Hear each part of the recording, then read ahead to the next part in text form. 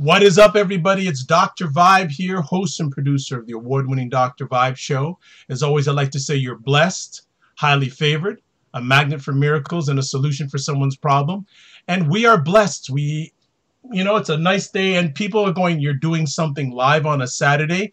Usually, Dr. Vibe, don't do that. Don't do that. But this gentleman is worth it. As always, I'd like to say Dr. Vibe Show is a home of epic conversations, and I'm the host of Epic Conversations. And we have another new friend who says he can hold a note, but he can't sing. So there's definitely a difference in that. But we've been having a lot of fun, and we were supposed to have this conversation, epic conversation, earlier on in the week. We had some technical issues. We did have some again before we started today, but we're on the ball now. Who is our friend? Dr. Jonathan Higgins. He's a speaker, educator, and thought leader. He has over 10 years experience in education, social justice, and grassroots movements. He is focused on public speaking and working with the media on issues centered on people of color, LGBTQ storytelling, and marginalized communities. His work has been included in Blavity, The Root, Efniks, Your Voice and Talkspace. He serves as Campus Pride's curriculum educator and is a Lambda Literary? Yeah. Yes, Lambda, I got it right. Literary writing fellow and regular contributor to SOULE.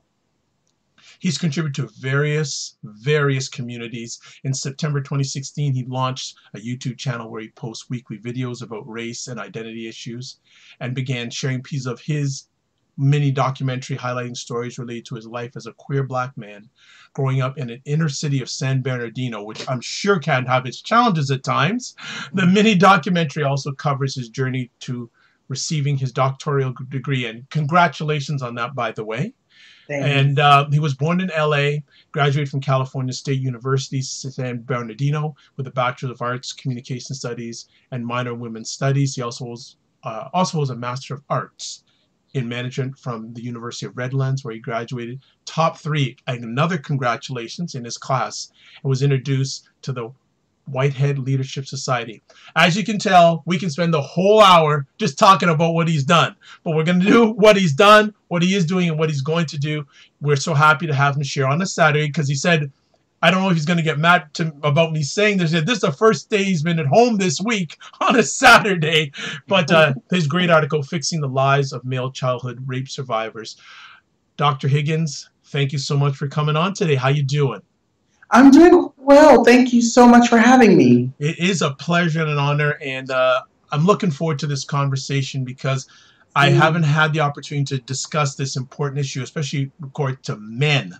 And especially to black men over 10 years. And this is the right place and right time to discuss it. So as we like to do with new friends on the Dr. Vibe Show, can you give a little background? We've got all this education and career stuff. What was life growing up? Where did you grow up? So I often say growing up in California has its own challenges in itself. I think I actually I spoke about this yesterday. There is this idea of what it's like to live in the golden state of California, because folks find it to be extremely progressive. We tend to make laws that protect folks who are marginalized. Our governor just declared California a safe space for those who identify as undocumented. And so I think there's this, connotation in the U.S. that if you really want to feel safe or feel comfortable, move to California. But I think that there is still a larger conversation around what it truly means to be black anywhere in the U.S. and then to be black in a place that oftentimes liberal America doesn't really see you as a full person or a full citizen, for that matter. So we still deal with race issues. There's still a ton of police brutality. I always tell the story that I was family friends with Rodney King growing up. I knew his family. I knew his kids.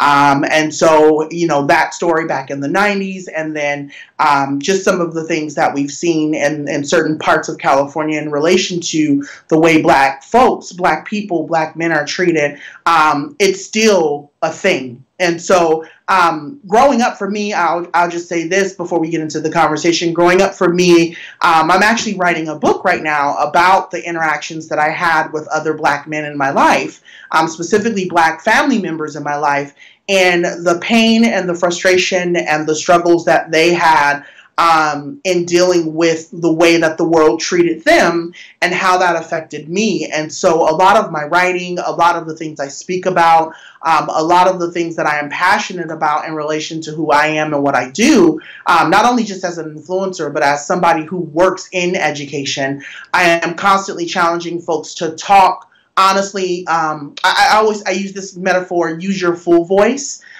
Because ultimately, as Black people, we're constantly silenced. And I think in spaces like education or in spaces where it's quote unquote progressive, you have folks who have privilege that take up most of the space. And so I'm really big on this notion of how do I tell my story? And while I'm telling my story, make room for other people to use their full voice in telling theirs. So that's a really big part of what I do outside of the writing, outside of the YouTube videos, and then the different things that I do when I'm asked. I'm just a very big proponent of how, like you said at the beginning, helping people become better. That's my number one goal, is when someone has an interaction with me or comes to my presentations or watches my videos or, even has a Twitter conversation with me, I want them to walk away from that conversation being better than what they were before they chatted with me. So that's just a big piece of who I am. Excellent. Where did this passion to be that come from? Ooh-wee. So, it was one of those things, there's maybe 2 or 3 frames of life things that, like life occurrences that happened to me that, kind of put me in this place to where I feel like I'm able to kind of do what I do. I think one of the biggest things is constantly being told by Black family members, by Black men, that I wasn't going to amount to anything. And I think a lot of this is an internalized hatred that I think Black men, not even just my family, but Black men take on, specifically this idea that they are constantly told that they are not adequate or they're not enough.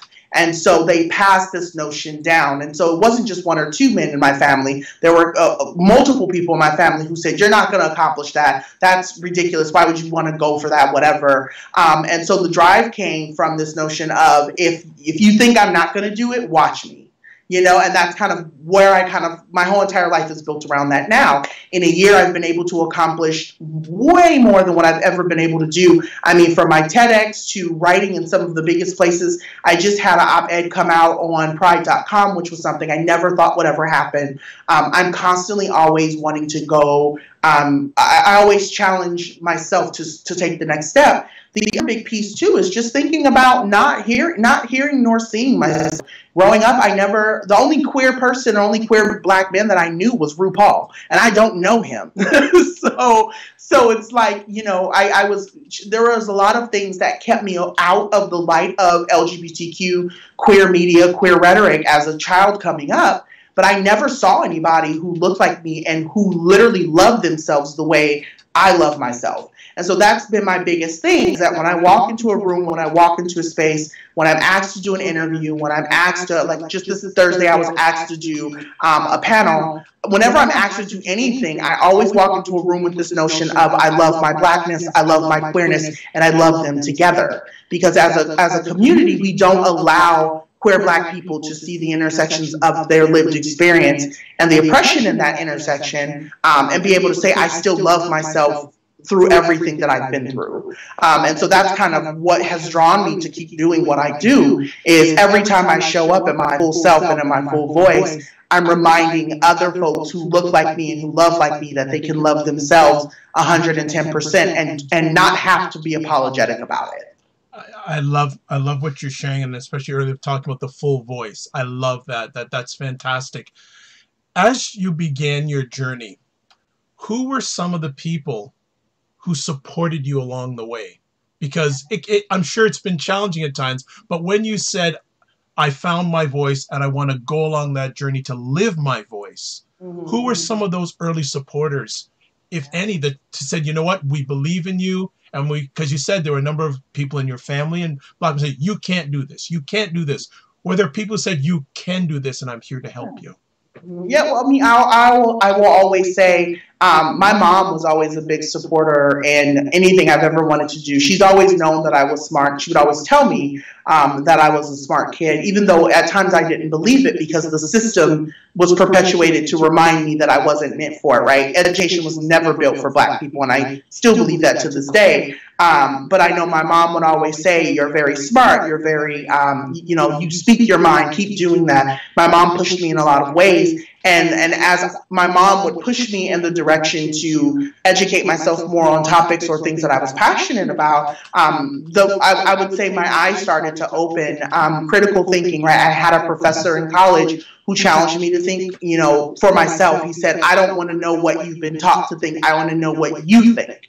And so having a professor who taught me to do that, and then being able to find books, I dedicated my dissertation to Bayard Rustin, thinking about, his journey and what I've read from Brother Outsider and what I also know from the film and all of the other pieces that I've picked up. I think about him, being in a movement and feeling silenced in that movement, and oftentimes feel like I'm silenced in the queer movement. And so there were a lot of parallels as I was reading and as I was researching Bayard Rustin's life that I felt like were a big piece of mine.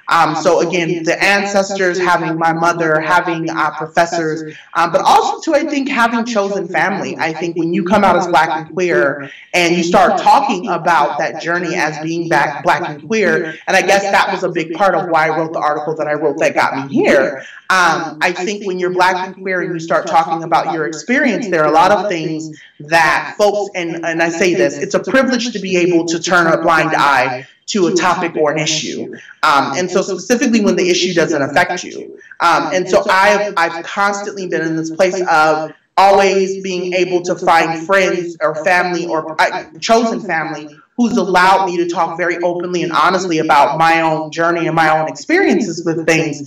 And I think that that's been the biggest supporter for me, is not getting locked up in the people who didn't want to hear my story, finding the people that did. And I think that that's the one thing that I always challenge people to do. Don't spend time being worried about the folks who don't want to talk to you or who don't want anything to do with you. Seek out the people who are actively saying, I love what you do, or I love who you are, I love your full identity, I want to be there to help you heal. That's one of my biggest quotes that I say in everything: be cautious, because not everybody's interested in your healing. And I'm a really big proponent of being cautious about who I tell my story to and how I frame my story around people, because I do know that there are folks who are not truly vested in me becoming a better person. So I think that that's been a big proponent of me, is just, you are the company you keep. And I'm very grateful to have a very strong network of great people around me. Wow, that's fantastic. And again, I can relate to what you're saying, because before we went live, Dr. Higgins asked me, like, how did you get started, this and that? And for a little, just a mini background, I'm based in Toronto, Canada. And when I got started, I couldn't get people from Toronto or Canada to come on the show.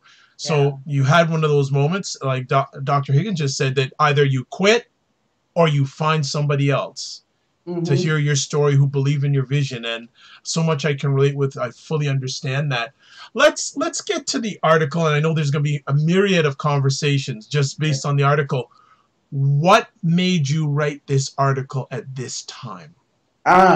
Yeah, so I'm a very big, I'll wind it back. So I initially was very skeptical about Iyanla and in years past. I've watched several episodes of her season.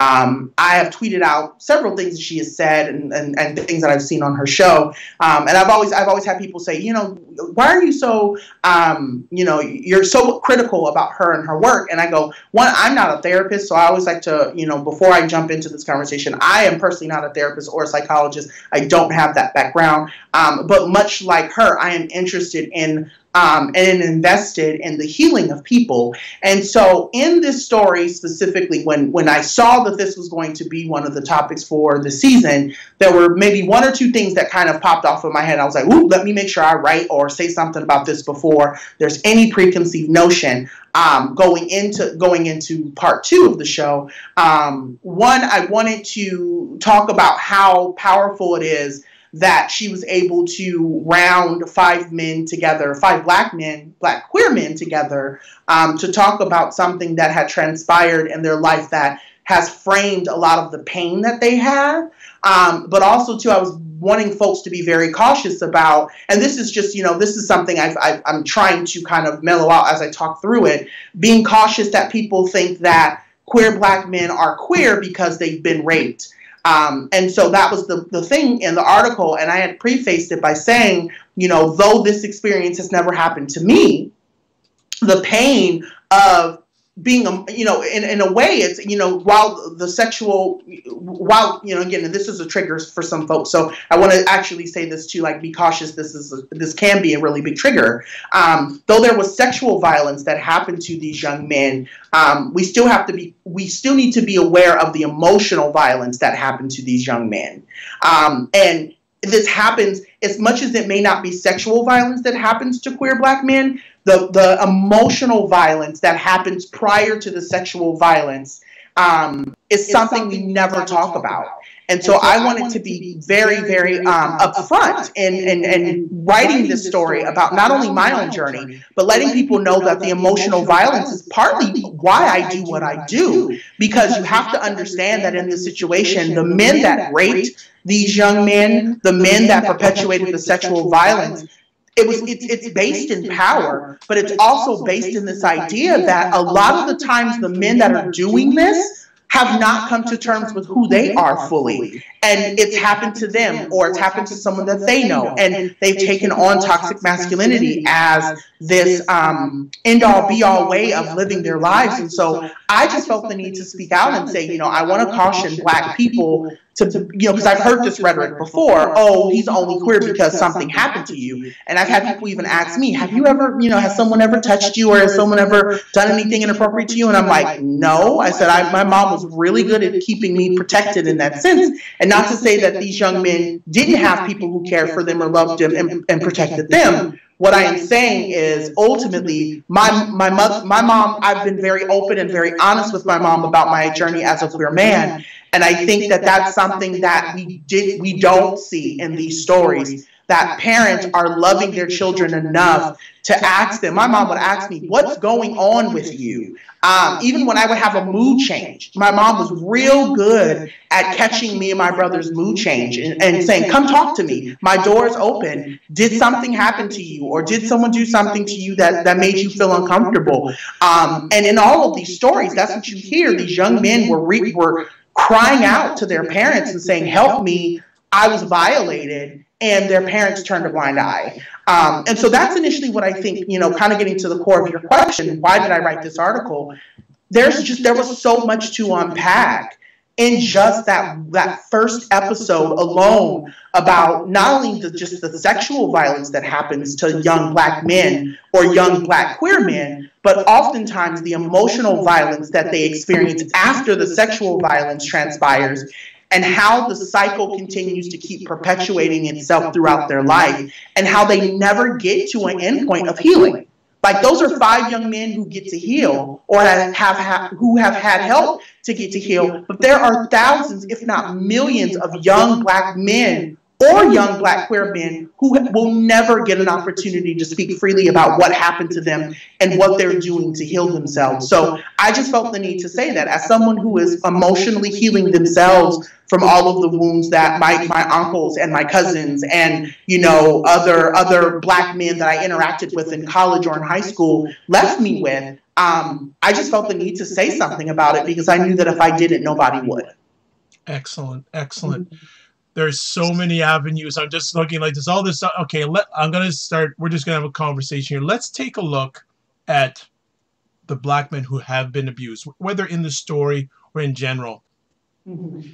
Let's look, and just the whole aspect of the emotional end is so deep. Right. And it's hard for them, because, and probably one of the main reasons many Blacks don't want to hear the story. Mm-hmm.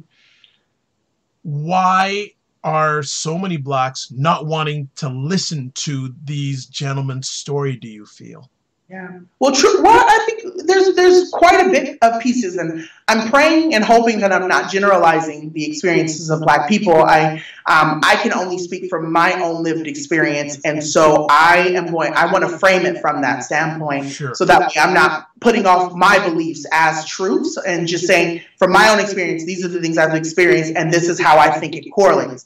I know for me, growing up, religion is always the first thing, right? So Black people will hold religion higher than anything else in their life. You could tell someone that they're dying tomorrow and they'll probably say, hand me my Bible, you know?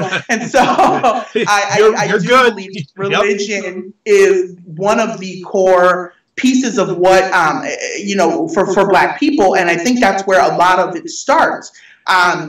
But I'll also say this too. So when you go into the historical components of what it means to be Black and what it means to be Black people or part of a Black community or a Black family, pain is already like kind of there. And I know that there are a lot of folks who don't believe in epigenetics. And I know a lot of people are saying there's no research around epigenetics, so it's very hard for us to have educated or thoughtful conversations around epigenetics. And I don't know if you're familiar with epigenetics, but epigenetics is this concept. Good. Explain it to me.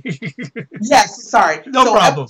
It's becoming a larger conversation throughout, I think, all communities of color, specifically marginalized people. But it's this notion or this belief that what happened to your ancestors and what happened to your grandparents and what happened to your parents is passed down to you through genetics. And so I had even, before I had done my TED Talk, I was going to do my TED Talk around epigenetics and thinking about my mom. My mom is a very, well, at least she was. When we were growing up, I don't want to say she is now because people change. But growing up, when I was a child, my mom was a very nervous person. And I recognized that my grandfather was also a very nervous person. And so I started recognizing the different ways as I was getting older that I had taken on these traits of always being nervous, always being fearful, always being worried about something. And I started thinking about it from the standpoint of like, this has to be, you know, through some sort of genetic ways or because of, you know, my mom being so worried about me during her pregnancy. My mom almost lost me. That was passed down to me. And so, again, epigenetics is that thought process that whatever, there's been studies that have been done. I'll frame it from the studies and then I'll move on from my point. The studies that have been done, and there's not a lot, but the one that sticks out the most is a study that was done with rats and the cherry blossoms. And so what they had done with the rats was they had taken a set of rats and they basically made them fearful of the cherry blossoms. And literally anytime they would see them or they would smell them, the rats would just go into a fury of fear. And they ended up making they ended up getting one of the rats pregnant, or impregnating one of the rats. And ultimately what they did was, after the babies of the rats were old enough to actually like see and move around, they set the cherry blossom in front of the babies, and the babies had the same exact reaction. And so it's one of those things where they're trying to prove that a lot of the tension, a lot of the heart problems, a lot of the things that we have that happen to us as Black people, because people say, why do Black people die from, you know, heart failure? Why is it such a big deal? Because there are studies that show that Black people die from heart failure more than any other race. I think folks are trying to put the pieces together and trying to say the history around Black people is what causes folks to have heart failure, because we have such a large, like we carry so much stress in our bodies, not only from the historical standpoint, but just from living in a world that wasn't built for us. And so kind of going back to this whole piece around me and my own lived experience and why it's so salient for me to talk about like this issue.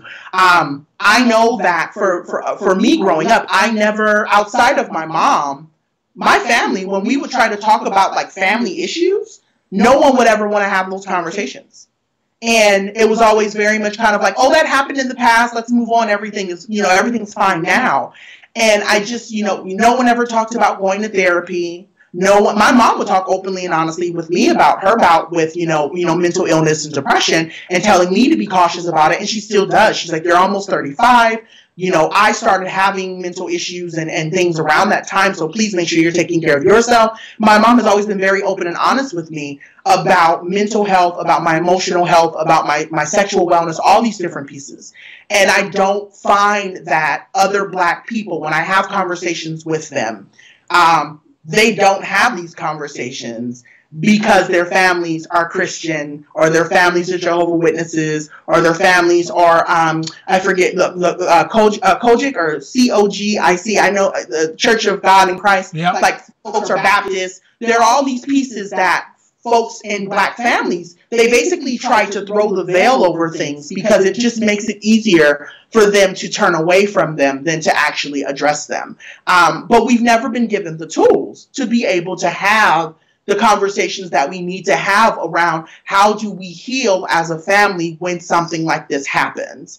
And so I think for me, I will say this again, because the situation did not happen to me, I'm blessed to have a mother who was in my corner enough to be able to say, if it did happen, she had the tools to be able to have the conversation. But my mom made the tools available to herself. And so I struggle a lot when I start talking to other Black queer men specifically around how Black men are taught to talk about their pain, how Black men are taught to internalize their pain, and oftentimes how Black men are taught to contextualize the situation around where that pain stems from. I think it's a real issue. Do you feel it's been an issue for hundreds of years? Because it seems that this is a never-ending a cycle that is handed down, handed down, handed down. Yeah. Specifically with sexual violence, you know, I think rape culture as a whole has always been around, and we have to challenge where rape culture started. Rape culture, in my opinion, and again, this is just me and my thinking and what I know and what I've seen. When you think about the way that slave owners raped Black men, the way that slave owners raped Black women, the way that white men specifically came in and colonized Native American land and raped the women there, did things to sterilize them, and then utilized sex as a way, or relations. I don't want to call it, you know, any other than that. They used relations as a way to hold power over Native people. We have to get back to the history, and that's the biggest thing with me, right? It's easy for me to say let's go back to the history because I have the privilege to say I have education, I have access to a computer, I have access to libraries to read up on all of these things. Not all Black people have that access. So I want to make sure that I'm not kind of influencing my privilege around that. I want to acknowledge the privilege that's around that conversation. But what I will say is the reason why I feel like it goes back for years and years and years is, again, connected back to that fear around who holds the power when these type of things happen. And it's very interesting to me that it goes, again, it has to go back to slavery, because that's, in my opinion, where a lot of it started. When we started giving white men, specifically the ones who were in positions to call themselves slave owners or slave masters, there's a power dynamic there. And the men in those positions use that power dynamic to control the people, to get them to do what they wanted them to do. So in order for a Black man to not get raped, he would do things that he probably did not want to do. And I think that that's the biggest thing, is when we get to the core of rape, when we get to the core of rape culture, it's this idea that folks are using their maleness, or they're using their male, the identity of what they've built around the binary, right? The binary piece of what it means to be a man in this world. They're using that as a power to basically take over somebody else's being or lived experience or their power. I struggle with this notion, and again, this is just me, that a lot of the men who do rape young Black men are struggling with their own sexual identities. And I think we have to get to the core around how Black people don't want to address that. Because if again, they do say that there is, and again, there are studies that show that this is something that's passed down from top down to the bottom, right? So, one man's father did it to him, so he now does it to a child, and the child will do it to someone else, because again, the cycle doesn't allow them to heal. But what I will say is that there are two pieces that are there. There's a power dynamic that Black men are struggling to have when we talk about rape culture and them raping young men or other young men or even raping women, but then also the struggle of one's own sexual identity and not being able to contend with not being able to emotionally heal from what happened to them in the first place that got them to that space. So it's just, again, it's a cycle of pain. I genuinely believe that all of this, it's not just about the cycle of rape. It's not the cycle of, it's a cycle of emotional bruising that continues to be passed down from top to bottom that no one is wanting to address. It's a true point. One of the things I remember hearing many years ago is hurting people hurt people. Yep, hurt people hurt people. Absolutely. I want to throw the whole aspect of toxic masculinity into this, because it's a term that I've heard for a number of years doing these conversations. What is your definition of it, and where did it fit in the article that you wrote and maybe in the program? Because it sounds like it wasn't really addressed fully in the program, and you addressed it in your article. Yeah. So what I did was, while I wrote the article, I went back and I looked up, concepts related to rape culture. And like I said, I don't think that there have been enough. I don't think that there has been enough conversation around going to the root of rape culture and how it started, again, with, slavery and with the colonization of Native American people. But what I will say, that toxic masculinity starts to show up in different ways, specifically in the ways that Black men interact with each other. And I find it to be so interesting that when men are not comfortable with who they are, specifically Black men, I get this more from Black men than anybody. This idea how other men who are not comfortable with who they are or their own journey, how they interact with me as a man who is very comfortable with who he is. And then this idea, too, of the proponent of I have to be extra or I have to be more in order for people to love me or like me. I think that that's a very strong proponent of toxic masculinity. It's this idea that you always have to be in control. You always have to have power. You always have to have, you basically can have whatever you want. But what's so interesting, and where a lot of this came from, I don't know if you've seen the film, The Mask You Live In. It's on Netflix. It's a film, and it talks about masculinity as a whole, but there are onuses and points of toxic that they talk about toxic masculinity. Toxic masculinity, and the root of it really starts with this idea that men are not, they're not taught how to manage their emotions. They're not taught how to manage the way that they feel. And so it's so interesting, that, there are men in my life that I know personally that identify as straight Black men, and they will walk in and give me a hug, a kiss on the cheek. We can have really deep emotional conversations. I can rest my head on their shoulder, and there's no onus of it being sexualized, right? It's me. It's, this gentleman he's a close friend of mine. And I love him, and I love being I love being around him. I love his energy. His energy makes me whole. We are taught that that's bad in Black culture, specifically between Black men. So you have a lot of Black men who are not, they have not been touched in the right way, right? They don't know how to give hugs. They don't know how to emotionally, in terms of touch, connect with one another, even with their partners. So you have some straight cis men saying their wives are asking them to open up and to be more vulnerable with them, and they don't know how. That's a proponent of toxic masculinity. This idea that your emotions, don't cry. You're not supposed to cry. Real men don't cry. And in my book, I talk about that. The first time that somebody in my family told me, be a man, you're not supposed to be crying. Women only do that. And so how in toxic masculinity, everything that we're told not to do is equated to being a woman. But and even how in Black culture, women are, it's almost like we hate women in a sense, right? It's like this idea that when we get to the core of what toxic masculinity is, it's the idea that we hate women. And so anything that a man does that is equated with being a woman or antiquated with being a woman, we're now looking at that as you don't take that on, and how much pain that's creating within the energy and within the psyche and the emotional being of a Black man. And so I always go back to this notion of, with toxic masculinity, there's 2 points. There's either one, I'm going to be in a position of power and I'm going to maintain that power and I'm going to do whatever I have to do to maintain that power because that's the only thing I know how to do. Or there's the latter where men are so disconnected from themselves that they can't open up, they can't talk, they just don't know how to.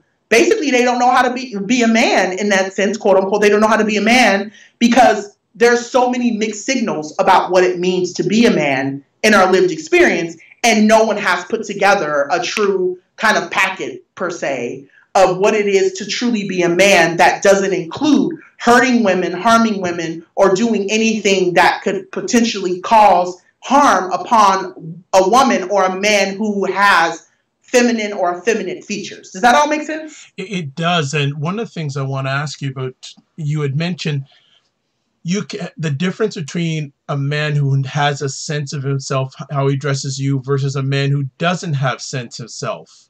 Mm-hmm. And could you give an example of that? Because I find that very interesting, and I think our audience would benefit on how you can tell if a man has a sense of self and doesn't have that toxicity in his life.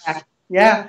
So again, the way, so I've walked in, so for instance, I think about me and just kind of who I am and the way I live my life. I kind of just go, I kind of just do what I need to do. There have been moments I've walked in. So thinking about so I've heard one of my friends who, a Black queer man, he had noted he calls it barbershop culture.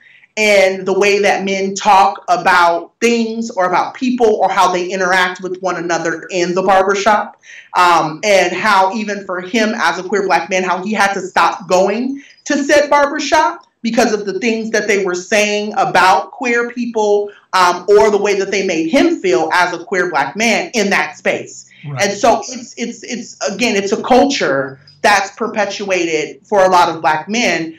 Specifically men who are not comfortable with themselves or with, I've had queer Black men, he's gay, that's gross, and it's kind of like, I didn't even say anything to you. Like, I didn't look at you. So for you to see me and then for you to now start making comments about my own sexual identity or about who I am as a queer Black man, that tells me that something is, not necessarily, I don't want to go and say, oh, yeah, well, you must be queer too. No, but the fact that you saw me and it made you uncomfortable. Right. That for me says a lot. And so because I walk past Black men and they just like, hey, what's up, man? I'm like, hey, how you doing? And I keep it pushing and they keep it pushing. And it's a very easy, it was just a very easy interaction. Or, hey, I see you, you see me, have a nice day. But for you to go out of your way to now have to make a comment about my sexual identity without you even really knowing me says a lot about you and what you think about yourself. And so that's why I say I think it's a very important issue for us to talk about the way that Black men see themselves and the way that Black men talk about their own identities. Because oftentimes when Black men do see someone like myself, they've been taught to hate that or they've been taught to fear. A seed has been planted. Right. And so because they fear that they might be who I am or they may be affiliated with me in some type of way, they're now taught to utilize hatred in regards to acknowledging it. So yeah, it's like I said, it's a cycle, and I think it continues to be perpetuated in so many different ways. But I'm just happy that different spaces are now starting to address that.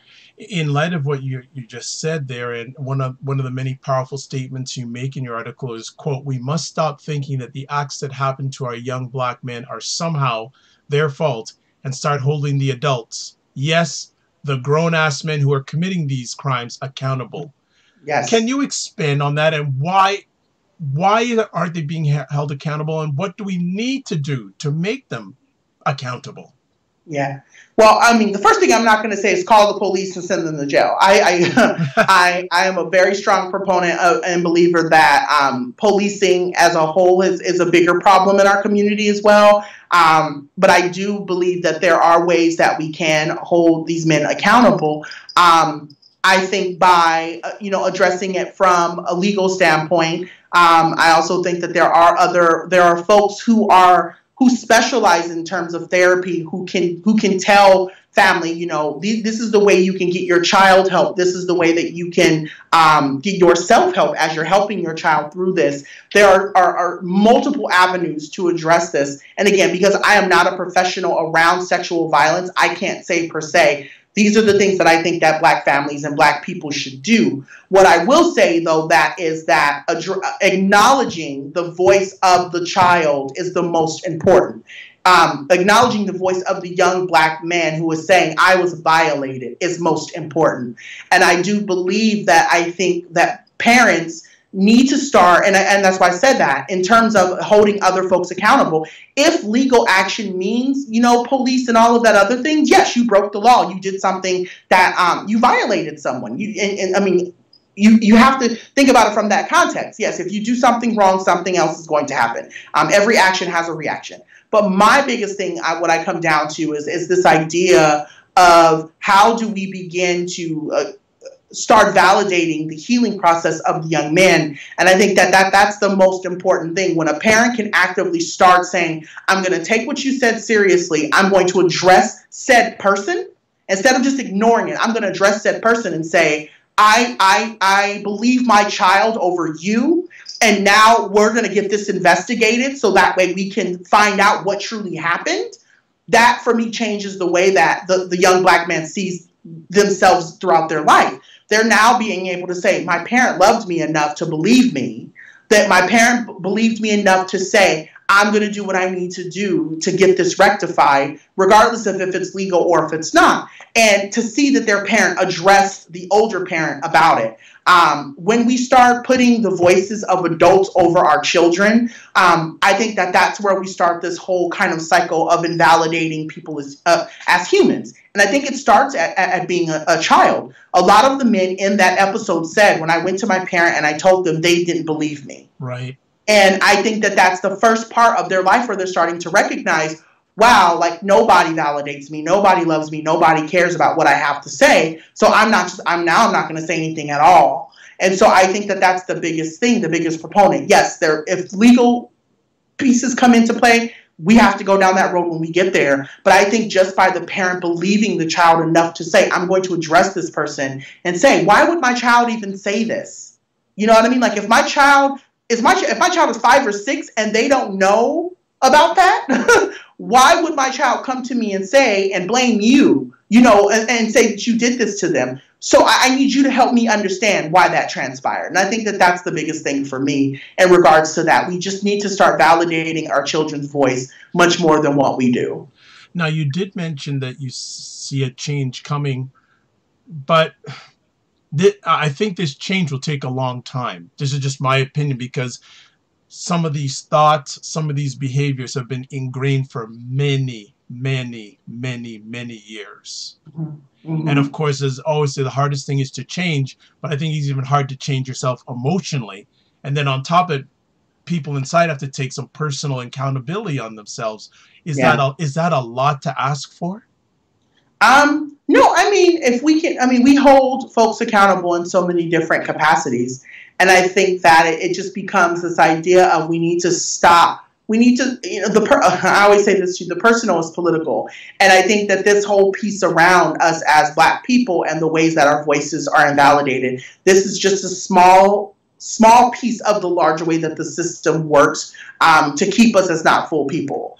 And so I do believe that when we start telling Black people to do the work to heal themselves, and it's not always putting the work back on them. I'm very cautious of that too, in framing a lot of the stuff that I frame, that sometimes it's not about you, it's about telling other people to do their work too, so that way it can make your life a little bit easier. I am a very big proponent of that even in my own life, and I talk very openly and honestly about that. There are a lot of things that my mother has contended with throughout her life, and I've told her on several occasions, you need to go do your work on that before you come over here into my life and start wanting to kind of stir up stuff.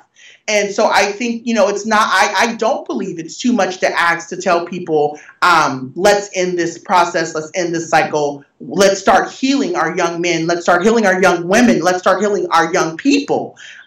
Because I think what ends up happening is, like you said, going back to that point about hurt people, if we don't focus on the idea of where does this hurt start? Where's the root of it? We're never, as people, going to heal. Right. And so I think that it's a really big topic. Yeah. And again, it's a very large topic that I think a lot of Black people are not having enough of. But what I will say, per se, in all of this is that healing is the most important thing, and the only time that a person can really start to heal is when they can start to acknowledge their pain. And so we need to start holding our parents accountable about how they hold others accountable about the pain that's caused to their child when their child's innocence is lost. We need to start holding ourselves accountable for doing our own research around how we can heal ourselves from things that have happened to us, so that way it's not passed down. And ultimately, how we can all work collectively together to heal a community of Black people that continue to be hurt every single day. How big of an issue is Black men who have been sexually abused, in your opinion? Because we don't hear about it a lot. Mm-hmm.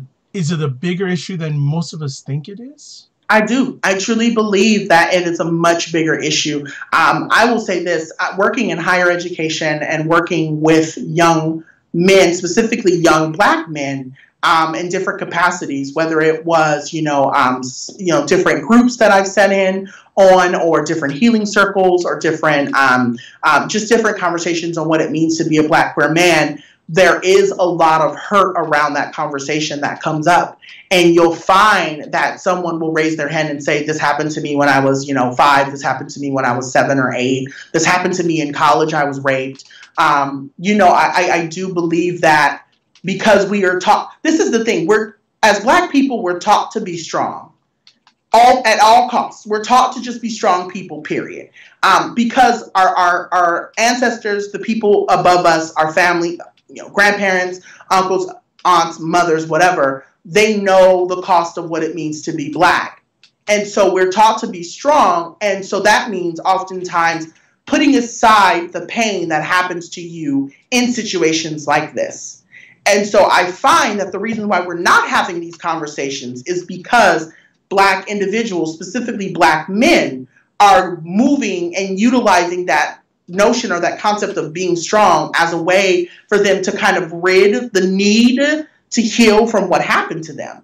And when we can get folks to understand that being strong doesn't mean that you're not weak, or not, you know what I mean? Like, it doesn't mean you not talking about this doesn't make you weak, or you talking about this doesn't make you weak. It just means that you are a person who really wants to do the work to heal yourself. And I think that that's what we need to kind of change the rhetoric around. There are a lot of people walking around here going, I'm strong. I ain't weak. I know, I know bitch ass nigga. That's what I hear a lot of. I know bitch ass. And it's okay. You can say that, but it's still okay for you to have connections to your emotions. It's still okay for you to address the things that have happened to you in your life. It's okay for you to let that go and for you to start the process of healing in your life. So I want to get away. I think we need to start talking to Black men about what it means to be strong and not equating that ideal or that concept to being weak. Because at the end of the day, when we start talking about healing, you have to go to an emotional place to do that. And I don't think that we're teaching Black men specifically how to do that in a way that's conducive to their own psyche. Excellent. What's the reaction to the article been like? So one of the things that my manager often tells me is to not read the comments. Okay, I hear that by a lot of people. No problem. So I'll be honest. I kind of always just kind of like, I'll post an article and walk away from it. Okay. Or I'll pitch an article, I'll write it, and once they post it, I just kind of leave it where it is. Yep. Overall, though, I have had, when I do write articles about identity and issues that connect to identity, I usually always have a very positive response. The few comments that I did glance at right as the article was posted was like, whoa, this is heavy. I'm so glad someone finally said something about it. I've had folks, say thank you for writing this article because it cleared up a lot of stuff that I was thinking while I was watching it. So I will say I have not gotten, there have been articles that I have written where I've gotten a very negative response and people have actually went and emailed me on a personal level and said, hey, this is what I think. So the fact that I didn't get emails, the fact that I didn't get tweets or I didn't get trolled on Twitter, you know, says a lot to me that I either think people highly resonated with the article or that people found the article to be timely and necessary for their own healing. I consider you a voice for this community.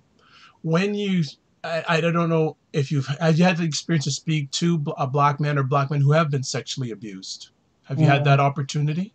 No, I mean, and that's the thing too that I find to be very interesting. A lot of Black men struggle with bringing me into their spaces. Wow. And I just find it to be very interesting that I don't get, I get a lot of universities, I get a lot of people who, you know, oh, I think it would be great for you to connect with my students or connect with us about, you know, when I'm talking about social justice, you know, equality, equity, all these different things. But it's very rare that I get a group of Black men saying, hey, you should come and talk to Black men about loving yourself and loving who you are. And again, I think it's because it's this notion that Black men struggle with seeing queerness as, quote unquote, you know, from a standpoint of religion. Oh, you know, I don't agree with that. And it's like, okay, well, you may not agree with it, but Black men are still queer. So, I mean, it happens. But I just think that, go ahead.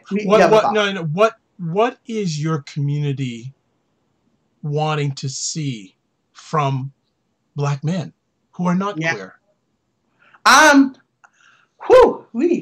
get that. I think that's the sole purpose of my book. I think I'm just ready for Black men to start doing their work. Honestly, I think. And what does that look like? What does that work look like to you? Yeah, well, it's just, you know, everything in my TED Talk is based around this idea of unlearning. I say you spend your whole entire life learning. You go to school, you have your parents telling you things, you have your friends telling you things, you have all these different things that you take on as truths. And like my professor asked me, I think that's what's got me here. When my professor stopped me and said, what do you believe? He said, Jonathan, what do you believe? I don't care what your mom believes. I don't care what your religion believes. I don't care what anyone else believes. What do you believe?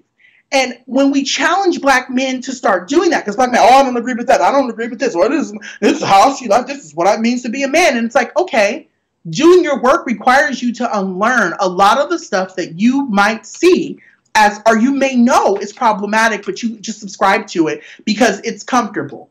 And I think that that's what it really means for me in terms of definitely doing your work. It's when you can actively take a step back and go, wait a second. What do I believe? And is that the right thing to believe? Because I don't know how I feel about that. I think that that's a big proponent of what it means to do your own work. Mm.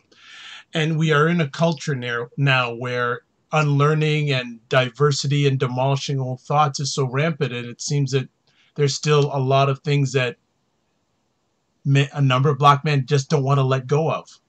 Right. But there's also this concept, too, if they don't want to let it go because it still provides them one leg up. So it's just this, because we are a community of people who don't have access to power and privilege all the time. When you can focus on the queer community more than focusing on the issues in the Black community, what does it do? It offers you this idea to feel like you're a little bit more superior than someone else's group. And so it's just this notion too of, like my mom would always say, stay out of my kitchen unless you want to help me clean it. And I think a lot of people do that. A lot of people look into other people's kitchens because they're not concerned with washing their own dishes. They're not concerned with cleaning their own floors. And so as Black people, we've taken that on as a way for us to feel better about the experiences and the journeys that we have. But I tell people all of the time, I'm not worried about what you're doing over there. 9 times out of 10, my day is not wrapped up in what other people are doing. I am always concerned about what is Jonathan's next move? What is Dr. Higgins' next move? What is Dr. John Paul going to be doing in the next couple of days? And what is he doing to become a better person? That's all I'm ever concerned about. Because I think if we don't get to this piece where we start holding other Black people accountable for being so caught up in other people's business, then we're never going to be a community of people that heal. We're always going to be so concerned about being better than someone else or leveling up someone else. And we're ultimately going to keep perpetuating the same cycle of pain that's created by doing exactly what we do. So with the Ms. Van Zant's episode, did it bring anything to light to you that you did not know, or was it things that you knew already, but at least they were on a wider platform? Yeah. There was one in particular gentleman, and I don't know the name verbatim. He was talking about his military experience. And as he was talking about it, I could hear not only, it was almost like I went back to my 21, 22-year-old self. Right. And I could hear the pain in his voice. I could see the pain in his tears, the way that he interacted with Anyanla and a few of the other men in the space. I could see that. And I think it's important to note that there are a lot of Black queer men, specifically, they're Black men, specifically Black queer men, who are hurting, and people just see their hurting as anger or as frustration or as this. And I'm going, no, I think when I was looking at them, and as I'm looking at and hearing what they're sharing, I'm going, oh my gosh, I can see exactly why so-and-so is the way that they are, because they've probably gone through the same thing. They've shared that piece with me, so they don't know, they just don't have the words of how to explain how they feel. They're just locked in anger because they're so upset that it happened to them. And I think that that's the thing we need to get away from is, you know, shaming Black men for being angry, or shaming Black women specifically for being angry. It's like, yes, they have a right to be upset that an injustice happened to them. I mean, you walk out your door every day and injustices happen to you just as a Black person alone. So now to have to carry this bag of everything that happened to you as a child and not have the words to explain how it affects you, it's got to be painful. Yeah. And like I said, when I started my healing process, I became a lot less angry because I started finding the words to be able to call out what was happening to me. But I think that's been the biggest thing for me by watching that episode, is by looking at this idea of what does being silenced truly look like?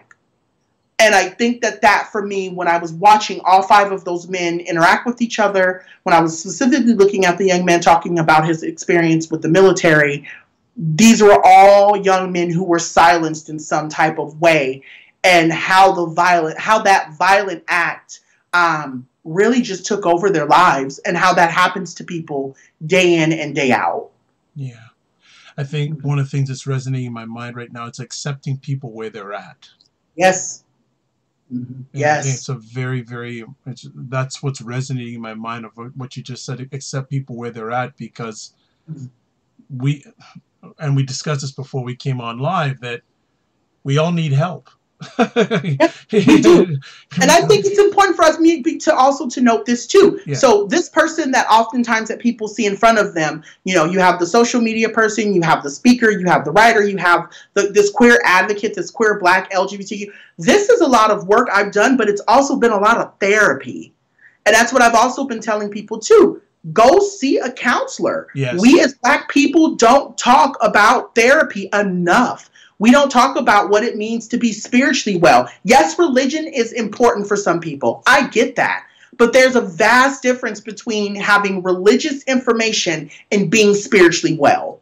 And I challenge people on so many accords, make sure that you are well overall. And so I think that's the biggest thing too that I took away from that episode, is why it's so important for us to encourage people to go seek out therapy, to go seek out counseling. Here in America, yes, the medical system is trash. We have a lot of problems with a lot of issues here in terms of you know, getting access to care in so many different spectrums. But I'm thinking about it from the proponent of, if you work at a business and they are offering you Medicare, you know, they're offering you Medi-Cal, Medicare, Medicaid, whatever, ACA, or anything. If you have access to being able to go sit in somebody's chair and your copay is only $15, there is no reason why you shouldn't be using it, specifically if you are a Black person. And I truly believe that.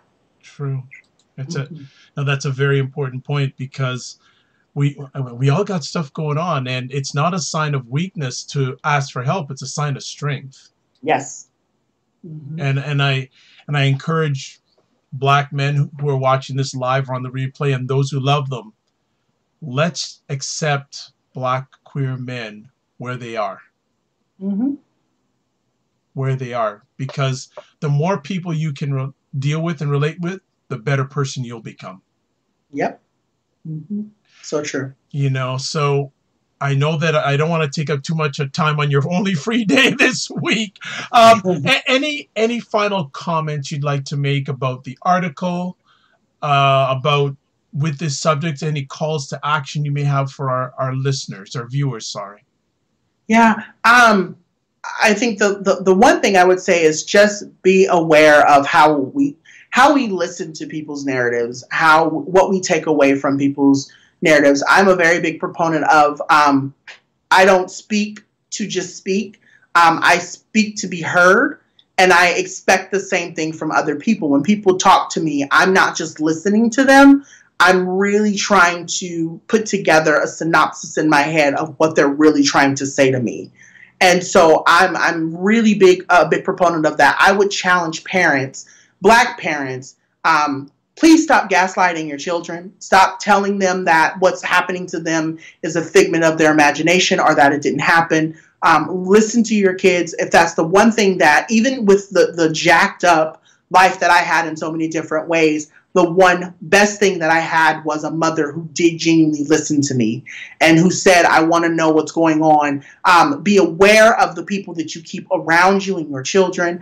And specifically even thinking about, you know, again, going back to that care notion, really, really allow yourself, if you are an adult and you are an older Black man or you are an older queer Black man, it is not, there's nothing wrong with ultimately speaking out and saying, I want to tell my story. I need to get my story told. I want to tell it the way I want to tell it.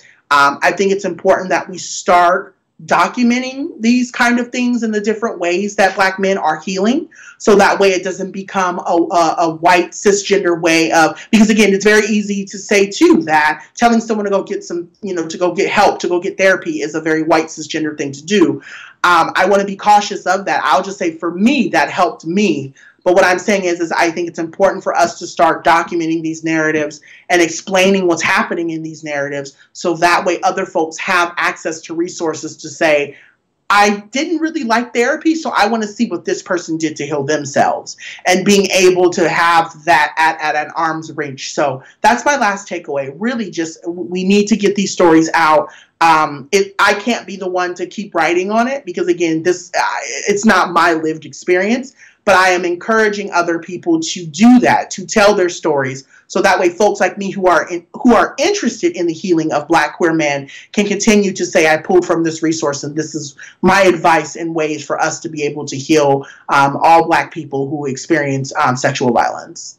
Excellent. And I'll just piggyback on what Dr. Higgins is saying. Document, control your narrative. Please do that. That's so important.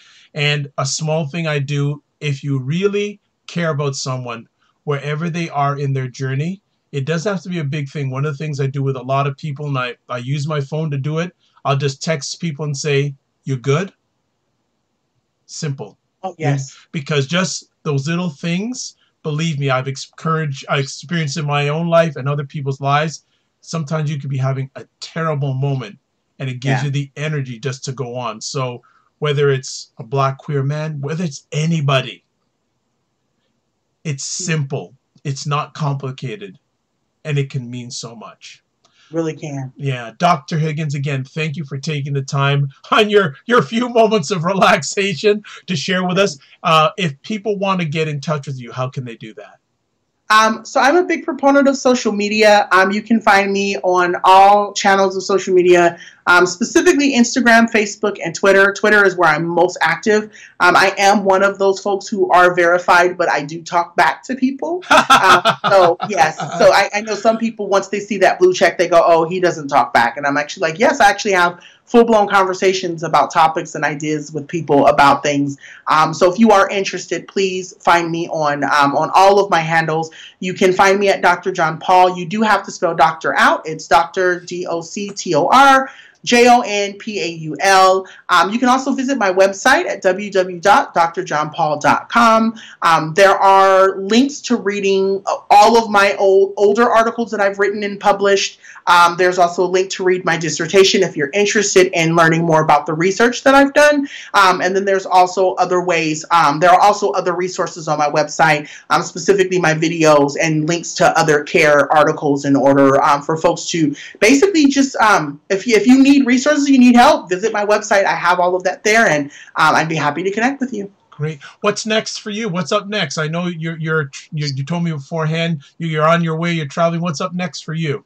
Yeah, so what is up next for me? The next couple of weeks. This week is actually a down week. I'm going to be spending the week kind of just bouncing in and out with meetings with managers and finishing up articles that are due to different spaces. But ultimately, the following week, I will be traveling out to Louisville, Kentucky. I'll be doing some work with the University of Louisville around both how to work with LGBTQ students, some resistance grassroots work, and then I also have a podcast that's coming up with Strange Fruit. So nice. If you are interested in just following, again, nice. I'll be promoting all of that on my social media. Sure. If you're interested in hearing more of me or getting more of my opinion on things and different topics in relation to my intersectional existence, yeah, feel free to follow me on social media, and you'll find more about where I am and what I'm doing. You can also check my website too.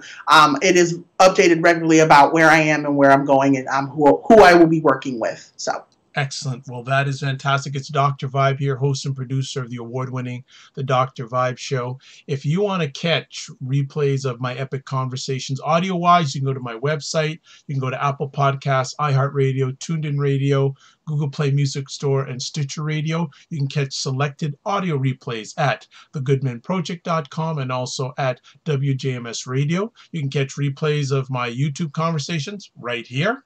Also realize that I am a certified empowerment coach and president and CEO of Express Your Vibe Coaching Communications. And if you'd like a complimentary 30-minute session, please reach out to me at Twitter at drvibeshow, email dr.vibe at the drvibeshow.com. You can also fill out the contact form on my website, or you can also just find me out, really and truly. I'm not as prolific on social media. I don't have thousands of followers yet, like Dr. John, but maybe one day. Also, I'm a brand ambassador for the only African-American magazine dedicated to African Americans in Food, Wine, and Travel, Cuisine Noir magazine. And that's it. That's all. So as always, I like to say 3 things before we let go. First of all, live your life as a dream. If you can dream it, you can make it. Also, sometimes you have to get smaller to get stronger. And finally, God bless, peace be well, keep the faith, and bye-bye. Thanks for watching live and on the replay, and we will have Dr. John Paul back when he has a moment to breathe. Thanks so much for watching, and have an outstanding day. Bye-bye. Great way. Have a great day.